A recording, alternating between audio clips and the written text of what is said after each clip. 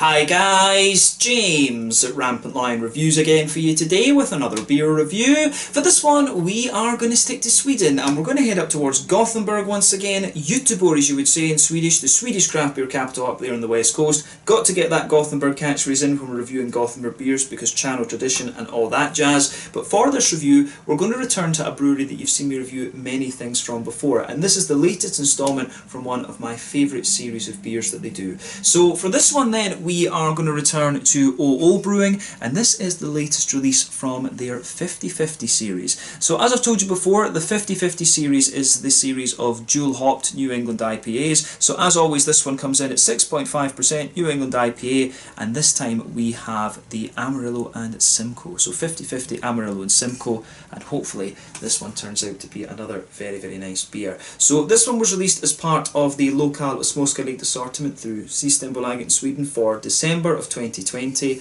and this month they also released the Ecor Citra Double IPA, which was also really interesting. But yeah, I particularly enjoy this series because it's really good for, you know, ingredient education if you like. It shows you how different hop combinations goes together. They release one of these usually every month through Systembolaget, and sometimes you'll get the 100 series as well, which is the single hopped New England IPAs, again 6.5% ABV. But yeah, the Ecor series that they've released this month also seems to be quite interesting, taking one hop and showing you what it does if you put in the cryo, the pellets and the whole cone flowers. I think that's a really interesting concept as well.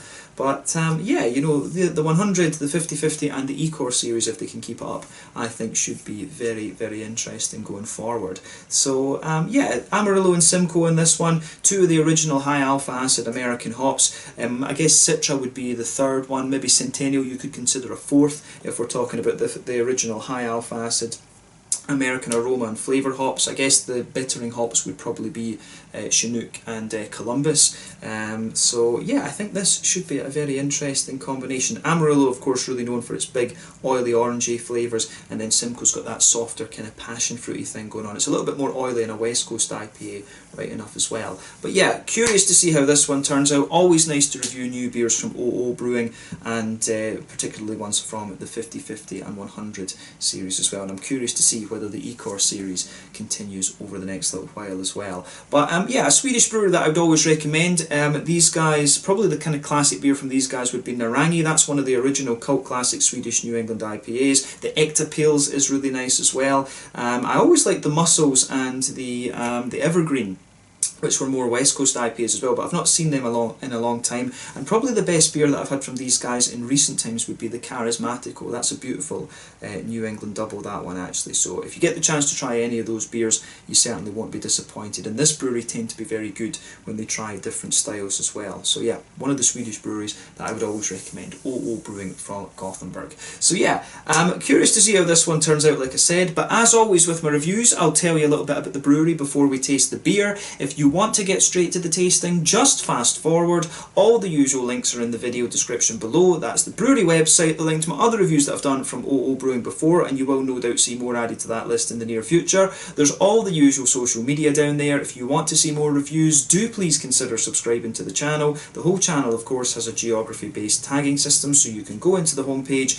and search for beer based on country, city, state, county, province, prefecture, whatever it is you're interested in. Do check out the playlists of beers from different countries. There is one there for all the Swedish beers that I've reviewed for you. That's constantly being added to, and as always, please do get in touch and let me know some of the other beers and breweries that you guys would like to see me review. It's always great to hear from you guys that are watching the videos, and the support that you show the channel is hugely appreciated. So anyway, to tell you a little bit about Brewing then, on to my brewery notes. So Brewing, as I've mentioned to you before, are based in Gothenburg, up on the west coast of Sweden, Göteborg, and the company was founded back in 2011 by Olaf and Ole Andersson, who are not related, but they are childhood friends, and that's where they take their name from, of course. Olaf, Ole, Brewing, there you go. But for many years these guys were also avid home brewers, and they were just very interested in beers generally for a long time before that as well. So Ola had been heavily involved in the Gothenburg beer scene since pre-drinking age, which I believe in Sweden is 19, correct me on that if I'm wrong,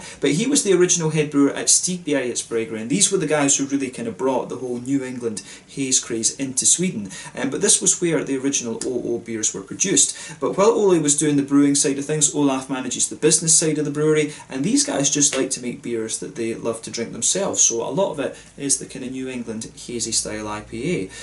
But in April 2017, Ole took the decision to leave Stig Beretz, and these guys invested fully in a new facility and things for OO Brewing. So they invested in a new brewery in the Hisingen area near the Tingstedt Bridge, and this is equipped with a 2,000 litre brewing system, which means that at full tilt they can brew up to 500,000 litres of beer per year, and in the first year they produced around 100,000 litres, and they're just planning to expand up to capacity over the next few years. I believe in 2019 they produced around 300,000 litres, if I'm not mistaken. But as of December 2020, when I'm filming this review for you, these guys have produced around 70 different kinds of beer according to Untappd, and like I say, you can get regular releases through Systembolaget here in Sweden. Of course, you can find them in through Glassbanken and Kiosk and various other web shops as well. There's some very interesting beers making their way out there from OO Brewing at the moment.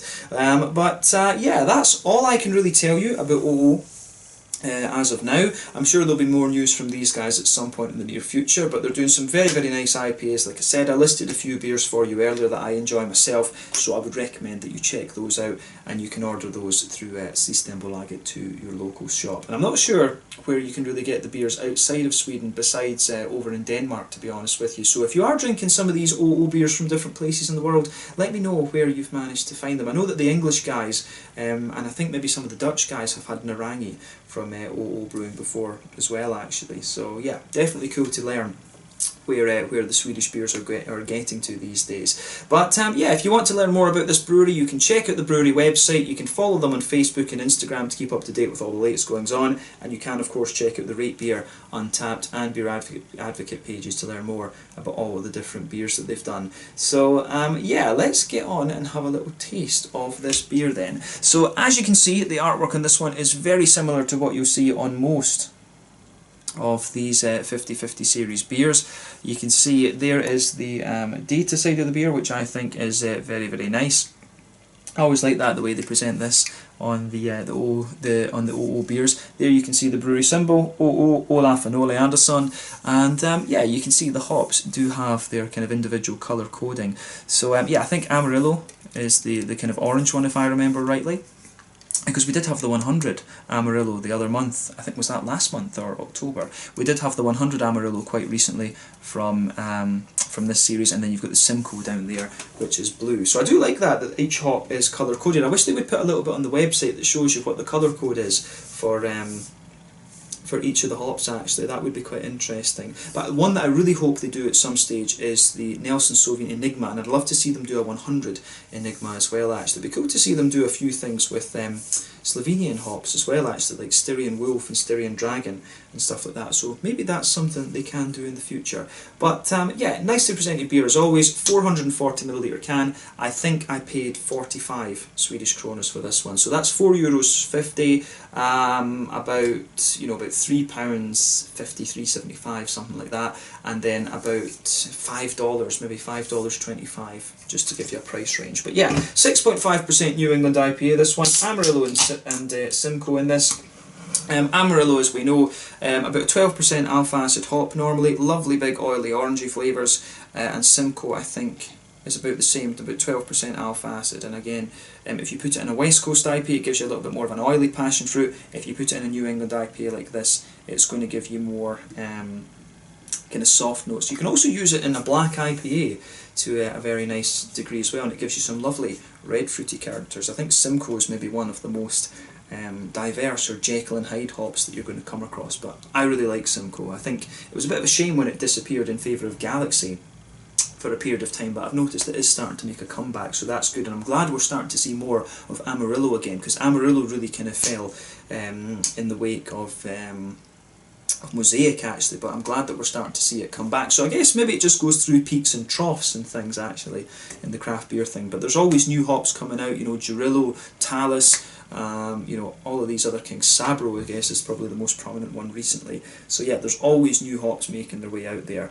But yeah, as you can see with this beer, this has poured as you would expect of a New England IPA. I would describe this one as being Quite a rich yellow, starting to lean towards the kind of orangey amber side of things. You can see that the beer's poured with a finger and a bit of a frothy, I would say cream coloured head, quite a very, a really quite frothy one in my mind. There's one or two big bubbles sticking towards the side of the glass, there's a few little ones going up towards the bottom of the head there, and in terms of the level of haze of this one, I would certainly not say that this is the soupiest and gloopiest of New England IPAs that you're going to come across, but it certainly does have a level of haze that you would expect of a New England IPA. I've seen 6.5%ers that are a bit hazier than this. Remember, the level of haze usually depends on the amount of wheat and oats that are put into the beer, and theoretically as you go up the alcohol scale with these beers you will get more oats, more wheat, and thus the beer will be a little bit hazy. But yeah, nice colour on this one. The colour of course is dependent on one, the type of malts that you use, and two, the length of boil. I think New England IPAs tend to be about a 70-minute boil. The more you boil the beer, of course, or the more you boil the wort, sorry,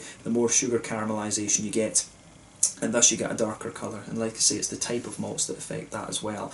But yeah, nothing surprising about this beer in terms of its appearance when you consider what style it is. Let's take a closer look at the aroma and just see how we get on with this one. Ooh, yeah, that comes across very nicely. It's one of the things, I mean, I'm never surprised that you get a good beer from OO Brewing. It's kind of a given that you're going to get a good New England IPA from these guys. And this is a series, as I say, that I just enjoy for, education, learning, seeing the hops a little bit more in depth. And that's why I always review these OO beers on the channel. But yeah, the aroma of this one is very, very nice. It comes across as really, it actually comes across really straight shooting, I think. Some of these 50/50 series, particularly the ones that have got the likes of Citra and Galaxy and Sabro and stuff like that in them, these ones come across, they can have a hell of a lot of complexity, but for me this is a really straight shooting aroma that you're getting out of this one. So yeah, straight away with this beer you can smell that lovely smooth white bready malt base out of this one. It comes across as quite fluffy and fresh bready in a lot of ways. I don't get so much wheat out of this one, to be honest. I'm sure I remember getting a little bit more wheat out of some of the other ones in the 50/50 series, and I think to a degree they do tweak the malt base a little bit depending on what hops it is they're using, but this one definitely strikes me as being a more kind of smooth white bready base in there. If you take the aroma in really deeply, I mean, you will get a little bit of the bitiness of the wheat, but really I find this beer to be very kind of smooth and bready actually. There's also a lovely kind of smooth oaty character to this one. You do get a bit of the kind of oaty smoothness and slight sweetness out of the oats in the middle of your palate too. There's a nice kind of there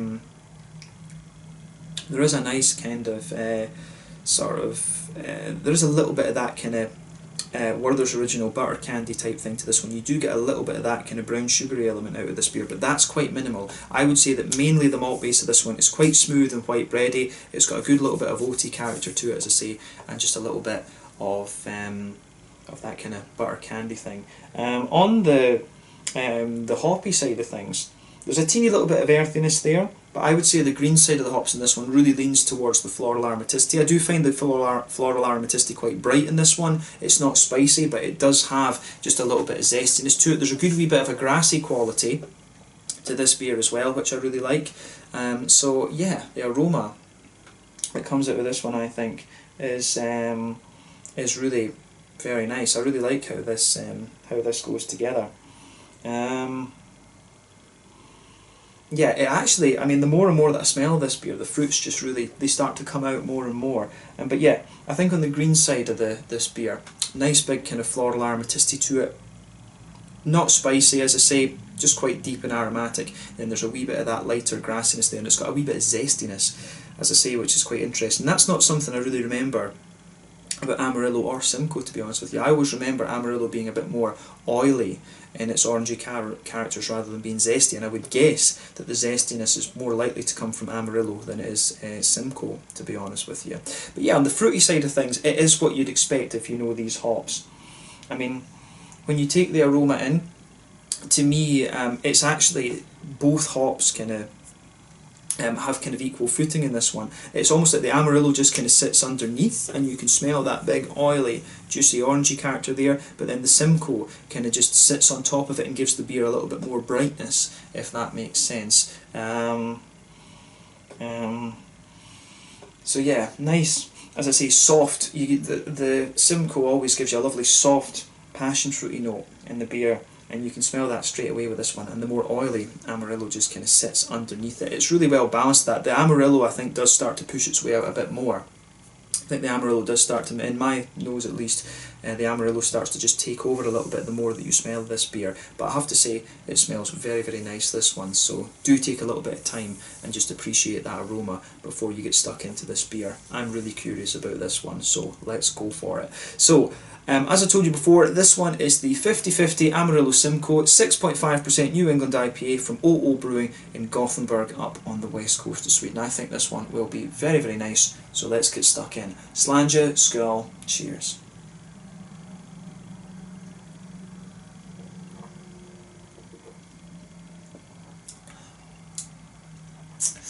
Yeah, I do like this one.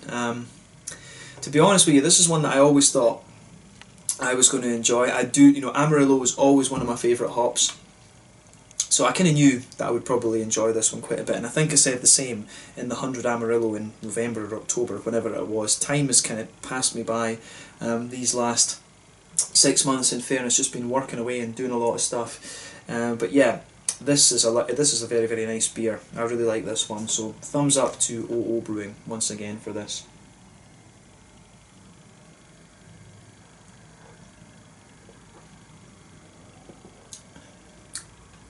Strikes me as one of the more kind of oily examples that I've had from this series so far as well. Actually, this does strike me as being just a little bit more oily than the other ones, even the 100 Amarillo actually. So yeah, that's an interesting point to make about this one for sure. But yeah, it does have a wee bit of zestiness on the front of the palate too. That is quite interesting. So yeah.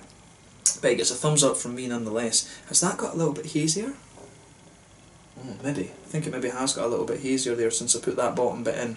But yeah, so straight away with this beer, you get that nice smooth white bready character there, and that blankets the middle of your palate. When you move towards the back third of your palate, you can feel the breadiness just thickens up a wee bit, as you always get. You do get a wee bit more wheaty bitiness on the back third of the palate there, which doesn't show up so much in the aroma. To be honest, like I was saying to you, this is quite a smooth, kind of bready aroma rather than anything else. So you do get a lot of that out of this beer.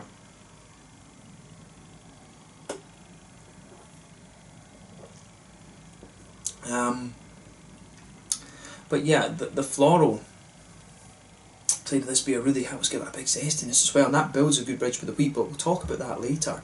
But yeah, you do get a little bit of that bitiness from the wheat there. That really comes out a little bit more the more you drink of this beer.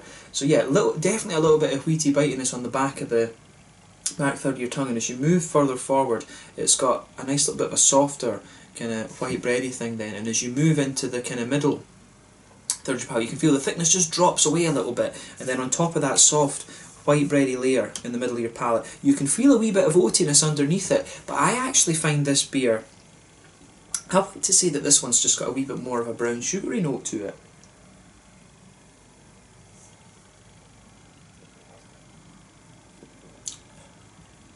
Yeah, this one's definitely a little bit, I find this one to be quite oily in the middle of the palate, and I think the oats, it's almost like you've got a wee layer of a kind of slightly brown sugary note to this one. I hesitate to say like butter candy, because it's not quite like that. It is a little bit more of a kind of oily brown sugar. It is a little bit more like Vitty's digestive type brown sugary note that you get with this one, but it's not grainy, it is more oily. So that type of flavour, but a different feel almost. But you can feel in the middle of your palate, there's more oatiness comes out of this beer the further that you go. The further that you go into the aftertaste for this one, you can feel the oats almost have a little bit of a slightly dried, powdery type character to them. You get a wee bit of that out of it, but it's a really smooth beer, this one. But like I said, I really find this one a little bit more oily and some of the other ones. So maybe they've kind of redesigned the malt base a little bit to suit the Amarillo and just to bring out the oiliness of the orange flavours a little bit more. So yeah, the malt base in this is definitely a bit different in my opinion compared to some of the other ones that I've had recently. But yeah, I do like how this goes together, I have to say that straight away.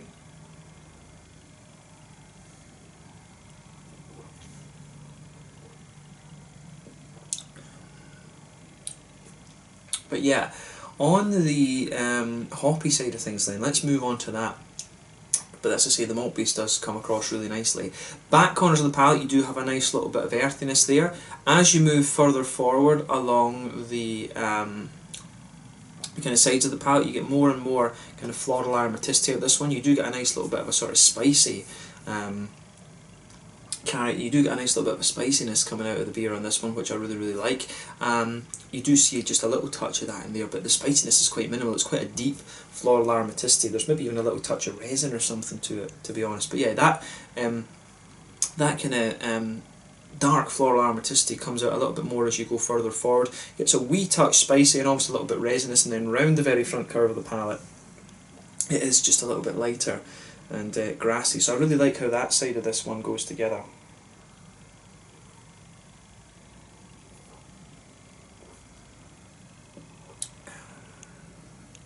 So yeah, this one does go together really nicely in that sense too, but you got a lovely lighter grassy component to this beer around the front curve of the palate too. So yeah, this one really nicely done in my opinion. I really like that, the green side of the beer as well. Everything, this is one of these ones where everything just fits together, but on that front third of your palate you get that nice oily bubble where those juicy fruity esters just roll their way out of the beer. So if you go towards the back of the front third of your palate, I think you do get a wee bit of a kind of pungent passion fruity note there, and that's the Simcoe, but then it softens up a little bit as you go further forward. But then when you reach the kind of front half of that front third of your tongue, it's the oily Amarillo all the way. It's those big oily orangey flavours coming out of this one, and the beer, it almost does feel as if on the very edge of your tongue there is just a little bit of a big kind of orangey zest on the edge there too, just sitting behind the kind of grassy elements of the beer. And the Simcoe really comes across as a little bit more oily in this one as well. I do suspect that there is a little bit more of a more kind of brown sugar orientated malt in this one. I do, could it be Maris Otter or something like this that's in here? I don't know. I don't think that's such a common thing for OO to use, but there is definitely a more kind of brown sugary orientated quality to this beer, and it has a real oiliness in the middle of the palate, which suits the Amarillo, and I think the Simcoe complements that really nicely. Getting the oily characters out of the Simcoe in this beer, I think, suits it quite well. So I would definitely say that this is one of the more oily offerings that I've had in the 50/50 series, but for me it goes down very well. But I'm a bit biased, big fan of the Amarillo, as those of you watching might know. But yeah, big thumbs up to OO Brewing for this. I think this one's come across really quite nicely actually. Is it my favourite one in the series? I don't know, but I certainly like the big orangey oily character that the beer has. That gets a big thumbs up from me. So yeah, I do like how that goes together. But yeah, in terms of the mouthfeel then, I guess we've covered the flavour profile as much as we need to. In terms of mouthfeel with this one, I would definitely say this is kind of top end to mid-bodied. Bottom end to full bodied. It does have a really nice big oily character to it. Carbonation is very smooth. The mouthfeel overall for me, pardon me, took a bit of that down the wrong way there. So yeah, it's definitely quite a slick mouthfeel in a sense. It's got a good bit of oily character to it as well, like I said. In terms of hoppy bitterness, what are we going to say about this one?